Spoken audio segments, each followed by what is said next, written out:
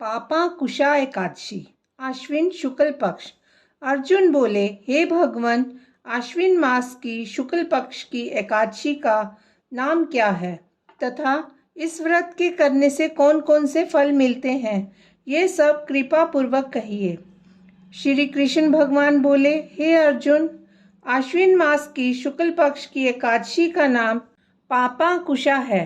इसका व्रत करने से समस्त पाप नष्ट हो जाते हैं और करने वाला अक्षय पुण्य का भागी होता है। इस एकादशी के दिन मनवांछित फल की प्राप्ति के लिए भगवान विष्णु की पूजा करनी चाहिए। इस पूजन के द्वारा मनुष्य को स्वर्ग लोक की प्राप्ति होती है। हे पार्थ, जो मनुष्य कठिन तपस्याओं के द्वारा फल प्राप्ति करते हैं, वे फल इस एकादशी के दिन क्षीर सागर में शेष नाग पर शयन करने वाले विष्णु भगवान को नमस्कार कर देने से मिल जाता है और मनुष्य को यम के दुख नहीं भोगने पड़ते।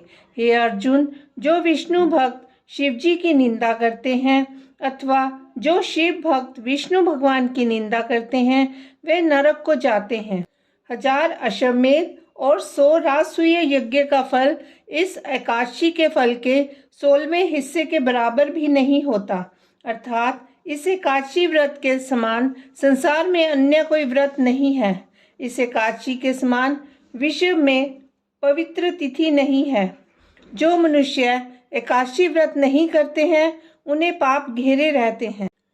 यदि कोई मनुष्य किसी कारणवश केवल इस एकादशी का उपवास भी करता है, तो उसे यम दर्शन नहीं होते। इस एकादशी के व्रत से मनुष्य को स्वस्थ शरीर और सुंदर स्त्री तथा धन धान्य मिलता है और अंत में वह स्वर्ग का अधिकारी हो जाता है। जो मनुष्य इस एकादशी के व्रत में रात्रि जागरण करते हैं, उन्हें बिना किसी विघ्न के स्वर्ग मिलता है। जो मनुष्य इस एकादशी का व्रत करते हैं, उनके मातृपक्ष के 10 पुरुष, पितृपक्ष के 10 पुरुष और स्त्री पक्ष के 10 पुरुष विष्णु का भेष धारण करके तथा सुंदर आभूषणों से युक्त होकर विष्णु लोक को जाते हैं। जो मनुष्य आश्विन मास की शुक्ल पक्ष की पापा कुशा एकादशी का विधि पूर्वक व्रत करते हैं, उन्हें हरिलोक मिलता है। जो मनुष्य एकादशी के दिन भूमि, गो, अन्न, जल, उपानह, वस्त्र, छत्र आदि का दान करते हैं, उन्हें यम के दर्शन नहीं करने पड़ते।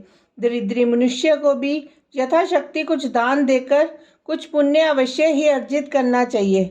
जो मनुष्य तालाब, बगीचा, धर्मशाला, प्याऊ आदि बनवाते हैं, उन्हें नरक के दुख नहीं भोगने पड़ते।